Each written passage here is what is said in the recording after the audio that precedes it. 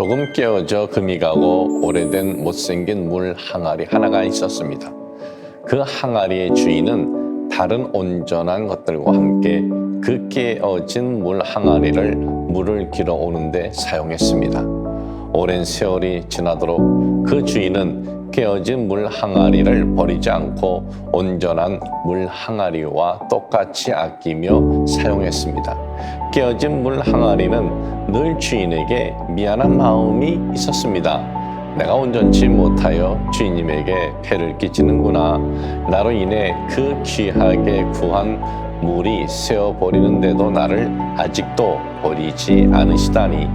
어느 날 너무 미안하다고 느낀 깨어진 물 항아리가 주인께 물었습니다. 주인님, 어찌하여 저를 버리고 새로운 온전한 항아리를 구하지 않으시나요? 저는 별로 소용 가치가 없는 물건인데요. 주인은 그의 물음에 아무 말도 하지 않은 채 그 물 항아리를 쥐고 계속 집으로 가고 있었습니다. 그러다가 어느 길을 지나면서 조용히 부드럽게 말했습니다. 얘야, 우리가 걸어온 길을 보아라.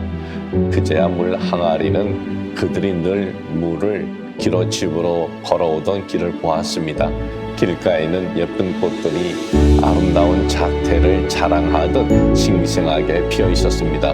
주인님, 어떻게 이 산골 길가에 이렇게 예쁜 꽃들이 피어 있을까요? 주인이 빙그레 웃으며 말했습니다. 메마른 산 길가에서 너의 끼어진 틈으로 새어나온 물을 먹고 자란 꽃들이란다. 혹시 여러분 중에 어린 시절 아무짝에도 쓸모없는 이란 말을 들어본 경험이 있는 분이 계신지요? 모르긴 해도 특히나 연세 지긋한 어른들은 그 같은 말을 한두 번쯤 들어보셨을 것입니다. 그 시절에는 다 같이 못 살고 어려웠기에 작은 실수에도 관대하지 못했고 말이 거칠게 나왔던 것 같습니다. 그런데 지금 와 돌이켜보면 정말 당신이 아무짝에도 쓸모없는 사람이던가요? 이 세상에 존재의 이유가 없는 것은 단 한 가지도 없습니다. 불 한 폭이 돌멩이 하나도 그 자리에 있는 이유가 있고 소용이 있는데 우리 인간이야 하나님께서 얼마나 큰 뜻으로 세상에 내보내셨겠습니까? 제가 아는 어느 자매는 선천적으로 간질 환자에다가 10살 무렵부터는 식물 인간이 되어 30년째 자리에만 누워 있습니다. 그 자매로 인해 그 가정은 물질적으로 빚도 많이 지게 되고 가족들의 고통도 이루 말할 수 없었습니다. 한때 그 가족들은 우리 집안에 하필 왜 저런 애가 태어났을까 하고 원망도 많이 했다고 합니다. 그런데 수십 년이 지난 지금에서야 그 가족들은 깨닫게 되었다고 합니다.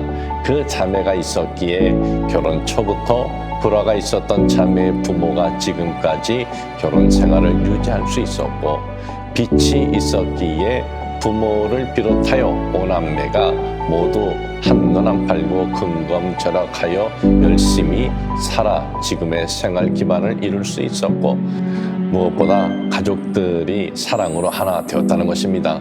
그 형제들 중에는 신부님이 있는데 가족들은 그들의 가정에서 성직자가 나올 수 있었던 것 또한 그 자매의 덕분이라고 생각하고 있습니다.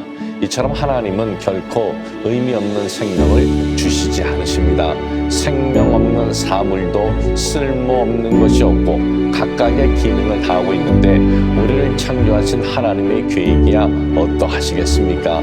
단지 사람마다 시간적인 차이가 있어 진정한 가치를 바라게 되는 것이 일찍 올 수도 있고 조금 더 시간이 걸릴 수도 있을 뿐입니다. 사랑하는 여러분, 만약 이제까지 자신의 존재에 큰 의미를 갖지 않으셨다면 이제부터는 조금 더 자신을 귀하고 자랑스럽게 여기시기를 바랍니다.